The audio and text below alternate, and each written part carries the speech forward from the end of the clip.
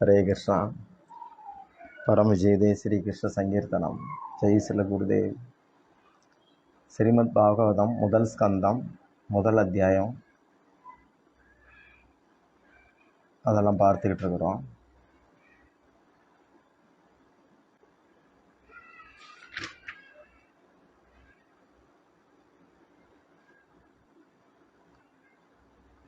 உலக விஷய வாசனைகள் யாரையுமே முன்னேற விடாது. இதயத்தில் எந்த வாசனையும் இல்லாதவங்களுக்கு தான் பக்தியால் ஆனந்தம் கிடைக்கும். வைராக்கியம் இல்லாட்டி பக்தி தேவி வேதனைப்படுறத நம்ம பார்க்குறோம். சுத்த தங்கத்தில் ஆபரணம் பண்ண முடியாது, கொஞ்சம் வேறு ஏதாவது ஒரு தாதுவை கலக்கணும். மாயைக்கு அதிபதியான பகவானும் தம்முடைய மாயையை கலந்து உலகத்தில் அவதார லீலைகளை செய்கிறார். மாயை அப்படிங்கிறது நாரதர் ஒரு முறை மாயையை நான் ஜெயிச்சிட்டேன் அப்படின்னு சொல்கிற மாதிரி ஒரு சம்பவம் இருக்குது. மார்க்கண்டேயன் ஒரு முறை மாயையை பற்றி எனக்கு காட்டுங்க அப்படின்னு வேண்டுறார். இது மாதிரியும் இருக்குது.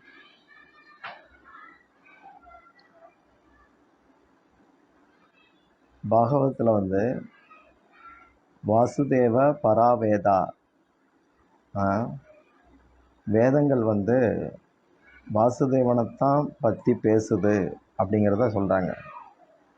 வாசுதேவ பராவேதா, வாசுதேவ பராமகா, யாகங்கள் அத்தனையும் வாசுதேவனை திருப்திப்படுத்ததான் அப்படி இருக்குது. அடுத்து வாசுதேவ பராயோகா, யோகங்கள் யோக மார்க்கங்கள் பல இருந்தாலும் அதுகளெல்லாம் பகவான் வாசுதேவரை புரிஞ்சுக்கிறதுக்கு தான், உணர்றதுக்கு தான் அப்படின்னு சொல்லுது. வாசுதேவ பராக்கிரியா, வாசுதேவனுக்காக நீங்கள் செயல்படுங்க, அப்போ உங்களுடைய செயல் மதிக்கத்தக்கது அப்படின்னு பாகவதம் சொல்லுது. வாசுதேவ பரம் ஞானம், ஞானத்துடைய நோக்கம் பகவான் வாசுதேவரை நெருங்கிறது. பரந்தபா, வாசுதேவ பரந்தபா, தபத்துடைய பயனும் வாசுதேவன் தான் அப்படின்னு சொல்லி பாகவதம். வாசுதேவ பரோ தர்மம், அதாவது அவருக்கு சேவை செய்கிறது தான் உயர்ந்த தர்மம். அந்த தர்மத்தின் பயனாக அவர் அடையப்படுறார், வாசுதேவன் அடையப்படுறார். வாசுதேவ பராகதி, வாசுதேவன் தான் வாழ்வின் குறிக்கோள். இப்படி ஒரு செய்யுள் பாகவத்தில் வியாசர் கொடுத்திருக்கிறார். பகவானுக்கு பக்தி தொண்டை நமக்குள்ளே ஏற்படுத்தி தருகிற தர்மம் எதுவோ அதுதான் மனுஷ இனத்துக்கு மிக மிக உயர்ந்த தர்மம். அது எதுனா அத்தகைய நாம ஜபத்தை இதயபூர்வமாக காரணம் இல்லாமல் பலன் கருதாமல் செய்யணும் அப்படிங்கிறது பாகவதம். இதுதான் முக்கியமான கருத்து பாகவதம். சவை பும்சாம் பரோ தர்மோ எதோ பக்திர் அதோக்ஷஜே, முன்ன கூட பேசியிருப்போம். அதோக்ஷஜே அப்படின்னாச்சுன்னா, இந்த உலகத்தில் எவ்வளவு அறிவும் ஒருத்தனுக்கு இருக்கலாம், ஆனால் அந்த அறிவு கடவுள் முன்னாடி எடுபடாது அப்படின்னு அர்த்தம். அதாவது பௌதிக அறிவால் கடவுளை புரிஞ்சிக்க முடியாது. இறைவன் திருப்திப்பட்டு நம்ம இதயத்துக்குள்ளே தன்னை வெளிப்படுத்தினா தான் உண்டு. அப்போது அப்படிப்பட்ட இறைவனுக்கு பக்தி தொண்டு பண்ணக்கூடிய மனப்பாங்க எந்த செயல் தருமோ அந்த செயல் தான் மனித இனத்துக்கு வசத்தியான தர்மம். இது பாகவதம் சொல்லுது. அந்த செயல் எதுங்கிறது பின்னாடி நாம ஜபம், நாம சங்கீர்த்தனம்னு முடிக்கிறாங்க. பகவான் வாசுதேவனுக்கு தொண்டு செய்கிற போது அது கூடவே ஞானமும் துறவும் ஒன்றா கிடச்சிரும். இது ரொம்ப சுலபம். இப்போ நான் உங்கள் வீட்டுக்கு உங்களுடைய வீட்டில் 2 பீரோ இருக்குது, ஒரு நல்ல டிவி இருக்குது, நான் இதையெல்லாம் துறக்கிறேன் அப்படின்னு சொன்னால் உங்களுக்கு சிரிப்பாக வரும். இதுக்கும் உங்களுக்கு சம்மந்தமே இல்லையே, அது எப்படி உங்களோட தான் நீங்கள் விடலாம், எங்களோட தான் நீங்கள் எப்படி விட முடியும்னு கேட்பீங்க. அதே போல் எல்லாமே பகவானுடையது. அவர் எல்லாமே அவர்கிட்டருந்து தான் வந்திருக்கு. அப்படி இருக்கும்போது நான் அதை துறக்கிறேன் இதை துறக்கிறேன் அப்படின்னு சொன்னால் கடவுள் பேரை சொல்லி என்ஜாய் பண்ணுறதும் தப்பு, நான் அதை துறக்கிறதும் தப்பு. என்ன செய்யணும்னா கிருஷ்ணர் சேவையில் அதை ஈடுபடுத்தணும் அப்படிங்கிறது கருத்து. அடுத்து ஒருத்தர் ஒரு செயலை செய்யும்போது பகவான் மேலே பிடிப்பு உண்டாகணும்.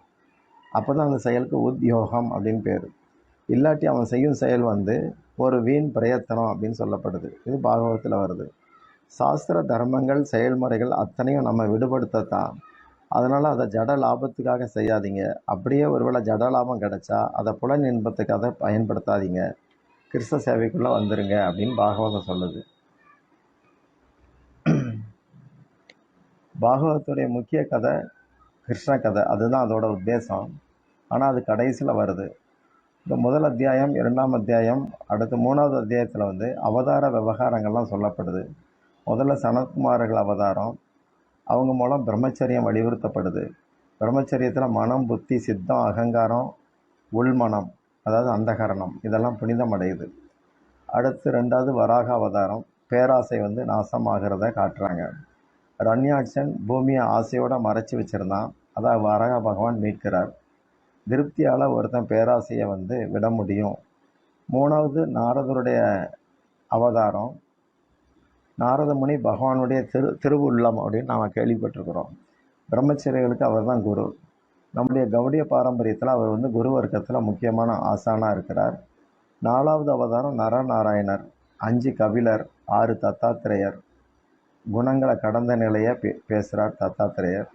7 வந்து யஜ்ஞமூர்த்தி, 8 ரிஷபதேவர், 9 பிருது மகாராஜா, பூமியை சரி செய்த மன்னர். அதனால தான் பூமிக்கு அவர் பேரில் பிருத்வி அப்படின்னு பேர் வந்தது. அடுத்து 10 மத்ஸ்ய நாராயணர், 11 கூர்மம், 12 தன்வந்திரி, 13 மோகினி, 14 நரசிம்ம அவதாரம். கடவுள் எல்லா இடத்துலையும் இருக்கிறார் அப்படின்னு பலர் ஞானத்தோடு பேச முடியும். ஆனால் பிரகலாதன் அப்படி பேசாமல் பக்தியோடு நடைமுறைப்படுத்தி காட்டுறார்.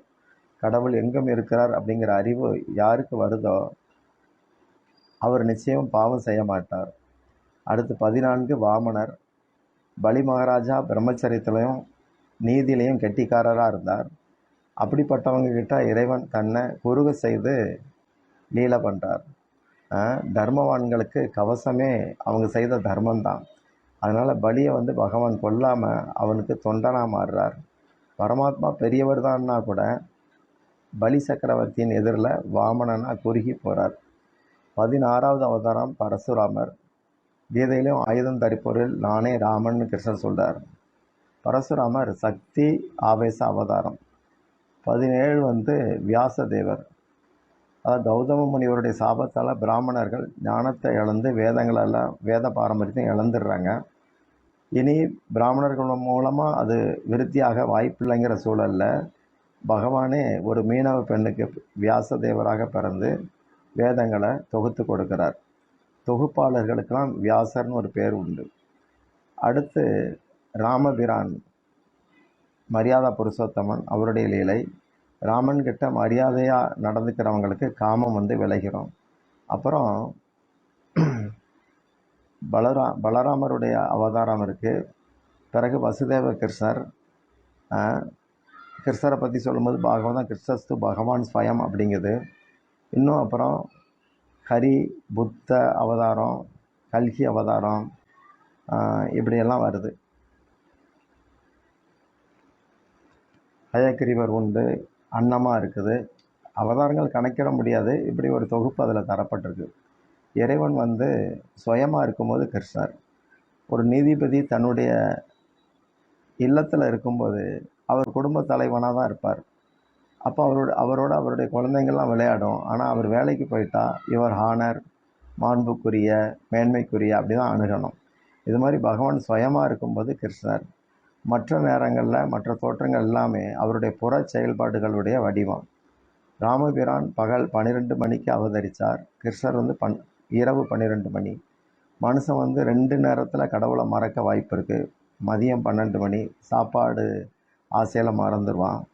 ராத்திரி 12 மணி சுகபோக உறக்கத்தில் கடவுளை மறப்பான். பகலில் ராமரை நினைக்கணும், ராத்திரி கிருஷ்ணரை நினைக்கணும். இப்படி தான் நாரதுடைய குரு பகலை ராமாயணத்தை பாராயணம் செய்தார், ராத்திரி மகாபாரதம் கிருஷ்ணர் கதைகள்லாம் பாராயணம் பண்ணார். ராமபிரான் அரச மாளிகையில் பிறந்தார். கிருஷ்ணர் வந்து சிறைக்குள்ளே பிறக்கிறார்.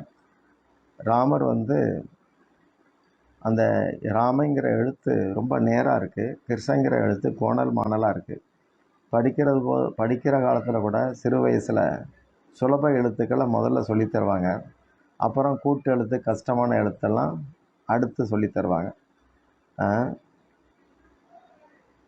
இந்த ராமகிருஷ்ண அவதாரங்களில் ஒரு பூரணத்தன்மையை பார்க்கலாம். மற்றதுகள்லாம் இறைவனுடைய விரிவு இல்லாட்டி அம்சம். அல்ப ஜீவர்களுக்காக அல்ப காரணத்துக்காக அவங்கள உத்தாரணம் பண்ண வர்றது அம்ச அவதாரம். அனந்த காலத்துக்கும் நித்தியமாக ஜீவ நன்மைக்காக நிகழக்கூடிய அவதாரங்கள்லாம் பூரணமானது. பக்தன் எல்லாத்துலேயும் பகவானுடைய இருப்பை பார்க்குறவன், அவனுக்கு எல்லாமே அவதாரமாக தான் தெரியும். பகவான் கிருஷ்ணர் தம்முடைய ஆன்மீக உலகுக்கு திரும்பின பிறகு அதர்ம இருளால் உலகம் குருடாகி போயிடுச்சு. அந்த சமயம் சூரியன் மாதிரி பாகவத புராணம் தரப்பட்டுச்சு. சரஸ்வதி நதிக்கரையில் வியாசதேவர் தம்முடைய ஆசிரமத்தில் பகவத் தியானத்தில் இருந்தார். அப்படி இருக்கிற போது கலியுகத்துடைய போக்கு என்ன அப்படிங்கிறது அவருக்கு முன்னமே தெரிய வந்தது. கலியில் மக்கள் மந்தமாக இருப்பாங்க, புத்தி வேலை செய்யாது, சுகபோகிகளாக இருப்பாங்க, சாஸ்திரங்களை படிக்க மாட்டாங்க, சாஸ்திரங்களை ஏற்றுக்கக்கூடாது அப்படிங்கிற கருத்தில் அதுகளையெல்லாம் பொய் அப்படின்னு மறுத்து பேசுவாங்க. இதனால் வியாசர் வேதங்களை 4ஆக பிரிச்சிருவோன்னு முடிவெடுத்தார். வேதங்களை புரிய வைக்க 14 புராணங்களையும் கொடுத்தார். சமுதாய சாஸ்திரமாக மகாபாரதத்தையும் கொடுத்தார். அதனால் அதுக்கு 5வது வேதம்னு பேர் வந்தது. ஓதுறவங்களுக்கு வேதம், பண்டிதர்களுக்கு உபனிஷத்து, சாமானிய மக்களுக்கு புராணம், அடியார்களுக்கு பாகவதம், இப்படி வியாசர் கொடுக்குறார். பாகவதம் ஒருத்தனை பண்படுத்தும். எப்படி தங்கத்துடைய தரத்தை நெருப்பில் போட்டு பார்க்க முடியும். கணவனுடைய கஷ்ட காலத்தில் மனைவியுடைய தரத்தை புரிஞ்சிக்கலாம். வீரனை போர்க்களத்தில் புரிஞ்சிக்கலாம். பண்பாடு மிக்கவனை பாகவத தர்மத்தை அனுசரிக்கிறத வச்சு கண்டுபிடிக்கலாம். தர்மத்துடைய சாயல் பாண்டவர்கள்ட்ட இருந்தது, அதர்மத்துடைய சாயல் துரியோதன பக்கம் இருந்துச்சு. நமக்குள்ள இந்த 2 கூட்டமும் இருக்குது. காலையில் 4 மணிக்கு எழுந்திருக்கலாம், பூஜை பண்ணலாம், நாமஜபம் பண்ணலான்னு தர்மம் சொல்லும். ஆனால் இன்னும் கொஞ்ச நேரம் ஆகட்டும்னு சொல்லி அதர்மம் உள்ளேருந்து குரல் கொடுக்கும். திருதராஷ்டிரனுக்கு கண் தெரியாது, ஆனால் 100 பிள்ளைங்ககிட்டே அவன் அதீத பற்றோடு இருந்தான். பற்றுக்கு கண் தெரியணும்னு அவசியம் இல்லைன்னு தெரியுது. விஷயங்கள் பின்னாடி போகிறவன் யாருமே குருடன் தான், கண் இருந்தாலும். பல நல்ல சாஸ்திரங்களை எழுதிய பிறகும் வியாசர் மன நிறைவு இல்லாமல் இருந்தார். அமைதியின்மைக்கு காரணம் என்ன அப்படின்னு சொல்லி தனக்குள்ளே தேடுறார். அஞ்ஞானிகள் தங்கள் துயருக்கு காரணத்தை வெளியே தேடுவாங்க. என்ன தவறு செய்தோமோ அப்படின்னு வியாசர் வேதனைப்பட்டார். மன உறுத்தல் கூடிக்கிட்டே போச்சுது. தாங்கிட்ட ஏதோ அறகுறையாக நடந்திருக்கு அப்படின்னு அவர் புரிஞ்சுக்கிட்டார். வியாசர் மகா ஞானி, ஆனாலும் தன்னை அவர் அரைகுறையாக நினைக்கிறார். மனுஷனுடைய பெரிய குற்றமே என்னென்னா தன்னை குற்றமில்லாதவனாக கருதி நடந்துக்கிறது. குறையற்றவர்களுக்கு தான், அதாவது தன்னை குற்றமற்றவனாக ஒவ்வொருத்தரும் கருதுகிறாங்க. ஆனால் கோவிந்தன் மட்டும்தான் குறையே இல்லாதவர். அது மாதிரி நாம் புரிஞ்சுக்கணும். சத்சங்கம் மட்டுமே ஒருத்தனுக்கு அவனுடைய குற்றங்களை உணர்த்தவும் சரி செய்யவும் சொல்லித்தரும். வியாசருடைய சங்கல்பத்தால் கங்கை கரைக்கு நாரதர் சேர்றார். சாதுக்கள் சந்தித்தா கிருஷ்ண கதை பேசுவாங்க, உலகத்தார் சந்தித்தா ஊர்வம்பு பேசுவாங்க. மகா வைஷ்ணவர்கள் கிருஷ்ண கதை பேச போகிறாங்கன்னு தெரிஞ்சிருந்த கங்காதேவி மகிழ்ச்சியோட கதை கேட்க தயாராகிறார். நாரதர் வியாசருடைய முகத்தை பார்த்துட்டு, உங்கள் முகத்தில் ஏதோ வேதனை தெரியுதுன்னு கேட்டார். என்கிட்ட இருக்கிற குறைய நீங்கள் தான் கண்டுபிடிச்சி சொல்லணும்னு சொல்லி வியாசர் நாரதர்கிட்ட பணிவோட சொல்கிறார். ஹரே கிருஷ்ணா.